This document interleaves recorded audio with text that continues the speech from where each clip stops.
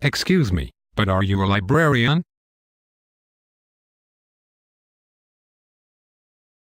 I have this research paper to do and I have no idea how to use Butler's library system to search for materials on my topic.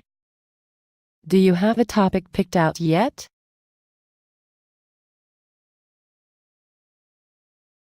Well, I think I have a broad idea. That sounds like a great place to start. I have a process that will help you. First, write down a couple sentence description of your research topic. Second, select search terms from that description by removing the small and unimportant words. Third, perform a search on one of Butler's library databases. Lastly, browse your results for additional search terms that will help you find information on your topic. That sounds like it might work for me, but I might need an example to be fully convinced. I think I know something that will help.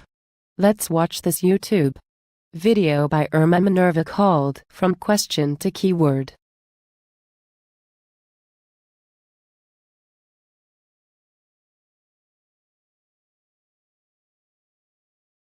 Wow. That was so cool and empowering that I feel like I could go run a research marathon or something. I'm glad that I could help. Can I give you some more tips to help you with your research? Yes, the more the better. You know how the girl in the YouTube video listed out a bunch of synonyms to her original search term?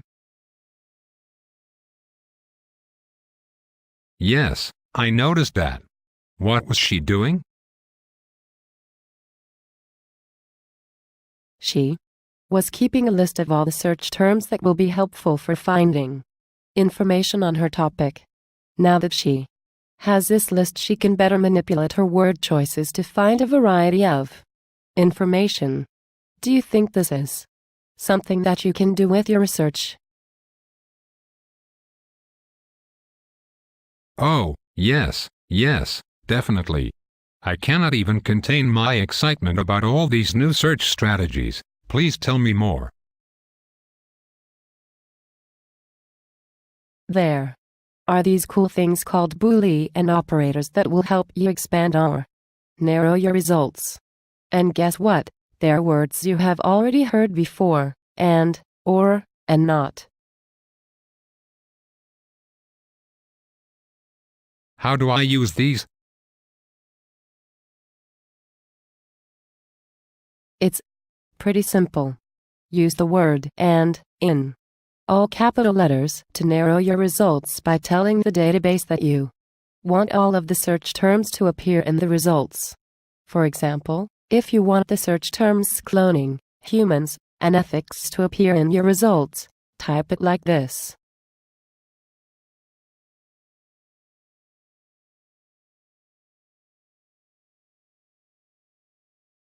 That will help make your search more specific. If you want to broaden your search a bit, try using the Boolean operator. Or, this tells the database that you would like any of your search terms to appear in the results. For instance, if you want to do a broad search about cloning, you may expand your search by saying,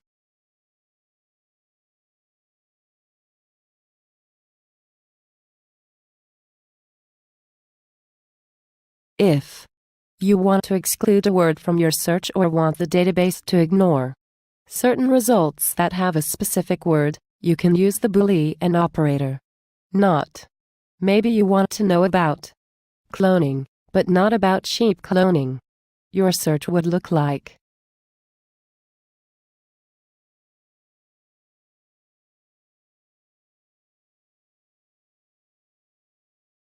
My mind has been blown.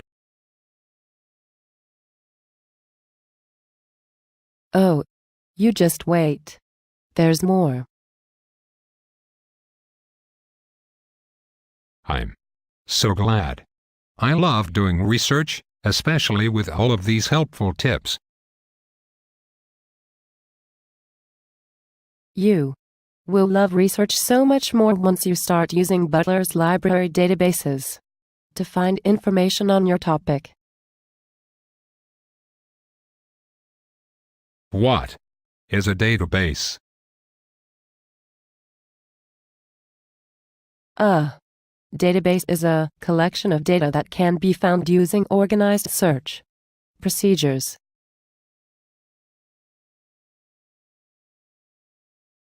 So, what is so special about Butler's databases? Why can't I just use Google for everything?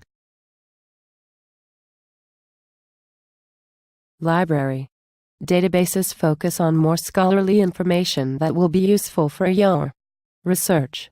They give you more advanced search options, are frequently updated, and are easy to cite.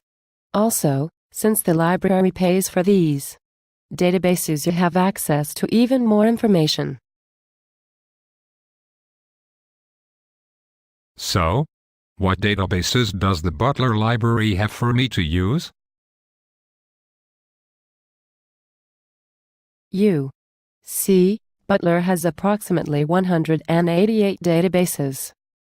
We also have them divided by subject on our website in order to help you choose the best database for your research needs.